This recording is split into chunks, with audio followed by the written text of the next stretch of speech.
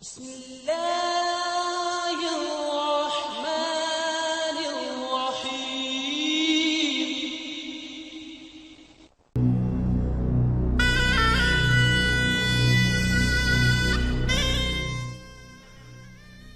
السلام علیکم ورحمۃ اللہ وبرکاتہ۔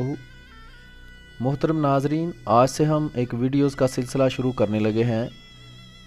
جس میں ہم مسلمان کہلانے والے مختلف مشہور فرقوں کا تعارف کروائیں گے اور پھر ان فرقوں کے بانیوں کا بھی مختصر تعارف کروایا جائے گا۔ اس کے بعد ان فرقوں کے بانیوں کی لکھی ہوئی کتب کا تعارف کروایا جائے گا اور جو اسلام انہوں نے اپنی کتب میں پیش کیا ہے اس کو بھی تفصیل سے بما حوالہ جات آپ کے سامنے پیش کیا جائے گا۔ سب سے پہلے ہم سنی بریلوی فرقہ اور اس کے امام کا تعارف پیش کریں گے، کیونکہ پاکستان میں اس فرقہ کے لوگ کافی تعداد میں پائے جاتے ہیں۔ سنی بریلوی فرقہ کے امام احمد رضا خان صاحب کا تعلق انڈیا اتر پردیش کے ایک شہر بریلی سے تھا، جہاں آپ سن 1856 میں پیدا ہوئے، اور اسی شہر کی نسبت سے آپ کو رضا خان بریلوی کہا جاتا ہے اور آپ کے فرقہ کو فرقہ بریلویہ یا بریلوی فرقہ کہا جاتا ہے۔ آپ نے اپنی ساری تعلیم گھر پر ہی حاصل کی اور کسی مدرسہ وغیرہ میں آپ باقاعدہ تعلیم حاصل نہیں کیے ہوئے تھے، اور آپ کے والد نقی علی خان نے آپ کو گھر پر ہی کچھ درسی کتابیں پڑھا دی تھیں، اور اس کا اندازہ آپ کو ہماری بعد میں پیش کی جانے والی تحقیق سے خوب ہوتا رہے گا۔ آپ کے بڑے بڑے کارناموں میں مسلمان کو کافر قرار دینا اور ان کے خلاف گندی اور غلیظ زبان استعمال کرنا اور ان کے اکابر کو برا بلا کہنا شامل ہے۔ ان سب کا ثبوت ہم آپ کو اپنی آنے والی ویڈیوز میں دیتے رہیں گے۔ ان سب خوبیوں کے علاوہ آپ کی ذہنیت کافی بازاری قسم کی تھی، جس کا اندازہ آپ کو ہماری پیش کیے جانے والے حقائق سے ہو جائے گا۔ اس سے آپ کو اندازہ ہو جائے گا کہ ایسا شخص جو اتنی گندی اور گھٹیا ذہنیت کا مالک ہے، وہ امام تو دور کی بات اور مجدد تو دور کی بات ایک شریف انسان کہلانے کے لائق بھی نہیں۔ لیکن کیا کریں، برصغیر میں جہالت کا دورہ ہے، اس لیے ان کے زیادہ تر ماننے والے جاہل مطلق ہیں، جنہوں نے خود ان کی کتب کا مطالعہ نہیں کیا ہوتا، بس نام کے سنی بریلوی ہیں، یہاں تک کہ بعض کو اپنے اس امام کا نام تک نہیں پتہ، اور یہ بھی نہیں پتہ کہ ان کو بریلوی کیوں کہا جاتا ہے۔ بہرحال آج ہم آپ کو صرف مثال کے طور پر بریلوی سنیوں کے امام رضا خان صاحب کی مشہور زمانہ کتاب ملفوظات اعلیٰ حضرت سے کچھ اقتباسات پیش کر کے ان کی ذہنیت آپ کے سامنے رکھیں گے۔ آگے فیصلہ آپ خود ہی کر لیں کہ یہ کتنے بااخلاق اور شریف ذہنیت کے مالک تھے۔ امید ہے اس سے جو بریلوی فرقہ کے جاہل عوام ہے، جنہوں نے ان کے بارے میں پہلے نہیں سنا، ان کو بھی ان کی اصلیت پتہ کرنے میں مدد ملے گی اور وہ اس جہالت اور گندگی سے باہر نکلنے میں کامیاب ہوں گے۔ آئیے دیکھتے ہیں۔ محترم ناظرین، جیسا کہ آپ نے مختصر تعارف سن لیا ہے، تو ہم نے بہت کوشش کی کہ ہم بریلوی فرقہ کی کوئی آفیشیل ویب سائٹ ڈھونڈنے میں کامیاب ہو جائیں، لیکن بہت کوشش کے باوجود کوئی پتہ نہیں چل سکا کہ یہ بریلوی جو ہیں ان کی آفیشیل ویب سائٹ کون سی ہے۔ ہمیں ایک ویب سائٹ ملی ہے جہاں سے ان کی کتب کافی ساری مہیا ہو جاتی ہیں، ساری نہیں لیکن مطلب کچھ مہیا ہو جاتی ہیں۔ آئیں ہم اس پہ آپ کو لے جاتے ہیں۔ یہ وہ ویب سائٹ ہے، اس کا ایڈریس یہاں آپ دیکھ سکتے ہیں، یہ ہے اعلیحضرت.net۔ ٹھیک ہے جی، یہ جو احمد رضا خان بریلوی صاحب ہیں، ان کو بریلوی اعلیٰ حضرت کہتے ہیں۔ حضرت جو ہے وہ نبی کریم صلی اللہ علیہ وسلم کو حضرت کہتے ہیں، لیکن احمد رضا خان بریلوی کو اعلیٰ حضرت کہتے ہیں۔ باقی آپ اندازہ اسے خود ہی کر سکتے ہیں۔ اس میں جب آپ آئیں گے تو یہاں یہ نیچے اردو بکس کا سیکشن ہے، اس پہ جب آپ کلک کریں گے تو یہ ایک لسٹ آ جائے گی۔ اس لسٹ کے اندر سے یہاں آپ یہ آتھر لکھا ہوا ہے، آتھر والی جگہ میں یہاں اعلیٰ حضرت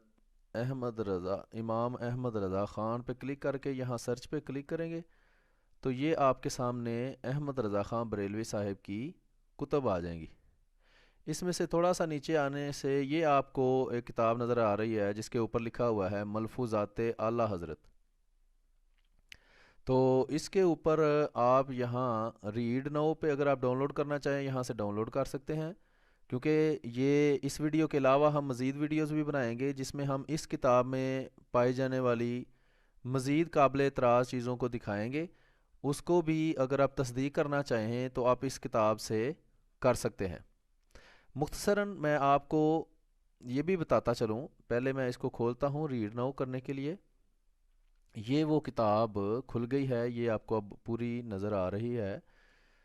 تو یہ لکھا ہے ملفوظات اعلیٰ۔ ملفوظات کہتے ہیں، ملفوظ کہتے ہیں کہ کوئی بندہ ایک بات کہتا ہے، کوئی بندہ کسی سے کوئی سوال کرتا ہے، دوسرا اس کا جواب دیتا ہے، تو وہ سوال جواب کو لکھ لیا جاتا ہے۔ تو ان لکھے ہوئے سوالن جواباً جو تحریر ہوتی ہے یا کتاب بن جاتی ہے اس کو کہتے ہیں ملفوظات۔ یہ مختلف لوگوں کے پائے جاتے ہیں، یہ بریلویوں کے امام کے ہیں۔ اس کو ترتیب دینے والے ہیں مصطفیٰ رضا خان صاحب۔ یہ میرا خیال ہے جہاں تک یہ احمد رضا خان صاحب کے بیٹے تھے جنہوں نے اس کو ترتیب دیا ہے۔ اس سے جو باتیں اس کے اندر لکھی ہوئی ہیں وہ بھی مصدقہ ہیں، کوئی یہ نہیں کہہ سکتا کہ یہ جناب اس میں جھوٹ لکھا ہوا ہے، یہ ایسی بات تو کوئی ہوئی نہیں۔ تو یہ اس لیے بتایا گیا ہے کہ یہ کتاب ان کے بیٹے نے ہی ترتیب دی ہے۔ اگر اس میں کوئی جھوٹ لکھا ہے تو ان کے بیٹے نے لکھا ہے، وہ اس کا ذمہ دار ہے، ہم اس کے ذمہ دار نہیں۔ تو ایک مختصر سی بات میں آپ کو اس کے بارے میں بتانے لگا تھا کہ یہ بریلوی جو ہیں ان کی عادت ہے کہ وہ کتابوں میں بے انتہا تحریف کرتے ہیں۔ جب بھی کسی کتاب پہ کوئی اعتراض ہوتا ہے اگلے ایڈیشن میں وہ کتاب سے وہ تحریر ہی نکال دیتے ہیں۔ بعض دفعہ کوئی نئی تحریریں اندر ڈال دیتے ہیں، بعض دفعہ تحریر کے اندر جو الفاظ لکھے ہوتے ہیں اس کو بدل دیتے ہیں۔ تو اس طرح کے کام یہ بریلوی کھلے عام کرتے ہیں، کیونکہ جاہل عوام ہے، خاص طور پہ جو بریلوی ہیں وہ زیادہ تر جاہل ہیں، ان کو پتہ ہی نہیں کیا ہو رہا ہے۔ اگر کوئی تھوڑا بہت پڑھا لکھا ہے بھی جو صرف پڑھ سکتا ہے تو اس کو کیا پتہ کہ یہ کیا ہو رہا ہے کتابوں کے اندر، لیکن وہ کہتے ہیں نا دیکھنے والے بھی قیامت کی نظر رکھتے ہیں، تو بریلوی سوئے ہوئے ہیں لیکن دوسرے لوگ تو نہیں سوئے ہوئے۔ یہ ملفوظات اعلیٰ حضرت کا ایک ایڈیشن ہے، اس میں آپ کو دکھاتا ہوں، بعد میں آپ کو اس کے کچھ دوسرے ایڈیشن بھی دکھاتا ہوں جس میں خود اعتراف کیا گیا ہے کہ اس میں ہم نے تحریف کی ہوئی ہے۔ اور یہ دیکھیں، یہ اب اس کے اندر میں آج آپ کو دو عبارات دکھاؤں گا جس سے بریلویوں کے امام احمد رضا خان بریلوی صاحب کی گندی ذہنیت کا پتہ چلے گا۔ اس کا مختصر تعارف میں کرواؤں کہ ایک تو یہ ہے کہ ایک عبارت یہ ہے، یہ میں آپ کو دکھا دیتا ہوں۔ یہ عرض ہے، یعنی کہ کسی نے سوال کیا ہے کہ رنڈی کو مکان کرایہ پر دینا جائز ہے یا نہیں۔ رنڈی یعنی وہ عورت جو زنا کرواتی ہے، یعنی جس کا کام ہے، وہ کاروبار ہے اس کا،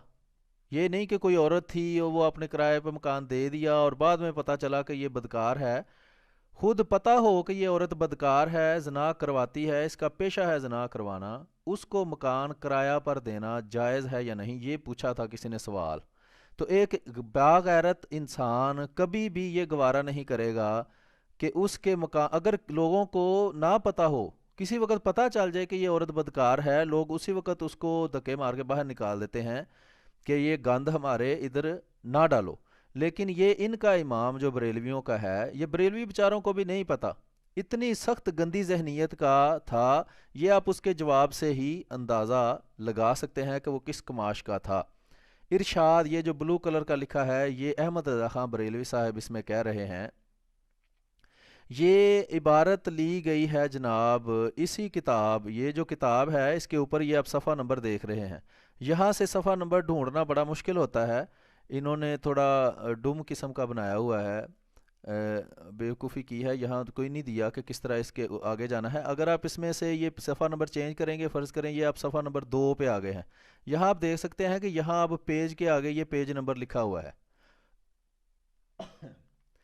یہاں یہ پیج نمبر آپ دیکھ سکتے ہیں 199 ہے۔ اگر آپ یہاں سے ڈائریکٹ 199 پہ جانا چاہتے ہیں تو یہاں 199 لکھ کے انٹر کریں گے تو آپ صفحہ نمبر 199 پہ آ جائیں گے۔ یہاں آپ دیکھ سکتے ہیں پیج نمبر 199 ہے، یہاں بھی آپ دیکھ سکتے ہیں کہ اس وقت پیج نمبر 199 کھلا ہوا ہے۔ اس کے نیچے یہ وہی سوال ہے کہ رنڈی یعنی کہ ایک زنا کروانے والی عورت کو مکان کرایہ پر دینا کیسا ہے۔ تو احمد رضا خان بریلوی صاحب اپنی ذہنیت کے مطابق جواب اس کا دیتے ہیں کہ اس کا اس مکان میں رہنا کوئی گناہ نہیں، رہنے کے واسطے مکان کرایہ دینا کوئی گناہ نہیں، باقی رہا اس کا زنا کرنا یہ اس کا فعل ہے، اس کے واسطے یعنی کہ یہ بتا رہے ہیں کہ جائز ہے،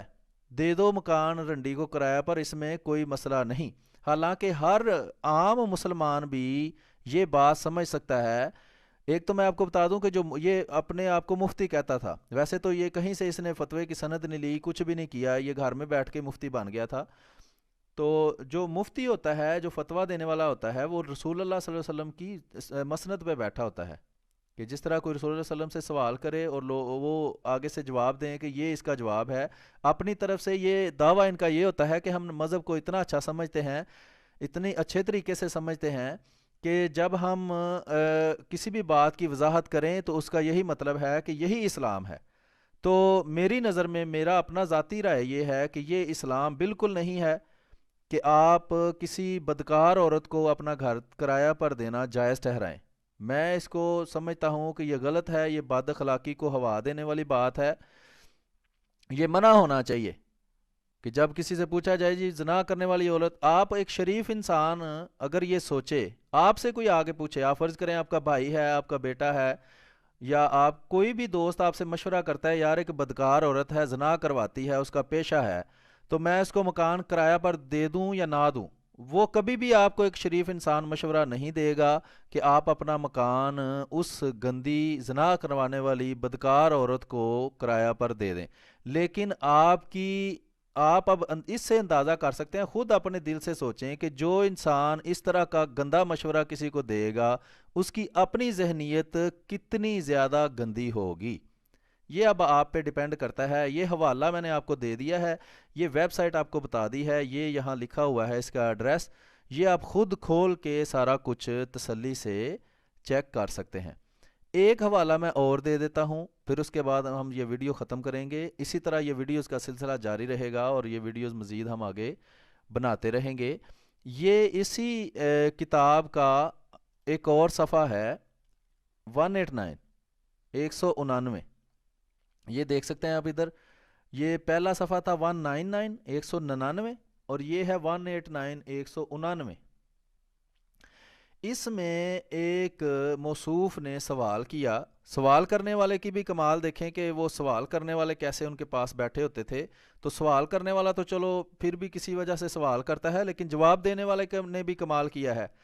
کہ اس نے بالکل جس طرح پہلے میں اس کی گندی اور گھٹیا ذہنیت کا پتہ چلتا ہے اور کہ وہ کس کماش کا انسان ہے، اس سے بھی آپ کو اندازہ ہوگا کہ وہ کتنا گھٹیا انسان ہے۔ سوال کرنے والے نے سوال کیا کہ معمولی چھینٹ جس کے پاجامے عورتوں کے ہوتے ہیں خوش دامن، اب یہ خوش دامن کہتے ہیں ساس کو، کوئی عورت ہو تو اس کے میاں کی والدہ اس کی ساس ہے، مرد جو ہے وہ چونکہ سوال پوچھ رہا ہے اس لیے عورت کی والدہ اس کی ساس ہوئی۔ وہ کہتا ہے ساس کا پاجامہ ایسی چھینٹ کا ہو اس پر سے اس کے جسم پر شہوت کے ساتھ ہاتھ لگائے تو کیا حکم ہے؟ اب سوال آپ پہلے سوال کرنے والے کا سن لیں کہ ایک مرد ہے، اس کی بیوی کی والدہ ہے، اس کو اگر وہ شہوت کے ساتھ ہاتھ پھیرتا ہے اس کے جسم پر تو اس کا کیا حکم ہے؟ اب آپ خود غیرت مند ہیں، اگر آپ عورت ہیں تو آپ خود سوچیں کہ آپ کا میاں آپ سے پوچھے کہ میں تمہاری والدہ کو اگر شہوت کے ساتھ اس کے جسم پہ ہاتھ پھیرتا ہوں تو تمہارا کیا خیال ہے؟ تو آپ خود اس کا جواب جو دیں گی وہی آپ سوچ لیں کہ بہترین جواب ہوگا۔ آپ اس کو یہ نہیں کہیں گی کہ اگر ایسا ہو تو پھر ٹھیک ہے، اگر ویسا ہو تو پھر ناجائز ہے، آپ سیدھا اس کو کہیں گی بھائی یہ حرامزدگی ہے۔ جس طرح تم اپنی ماں پہ ہاتھ پھیرو گے تو کیا تم حلالی رہو گے، حرامی بن جاؤ گے؟ اسی طرح تم میری والدہ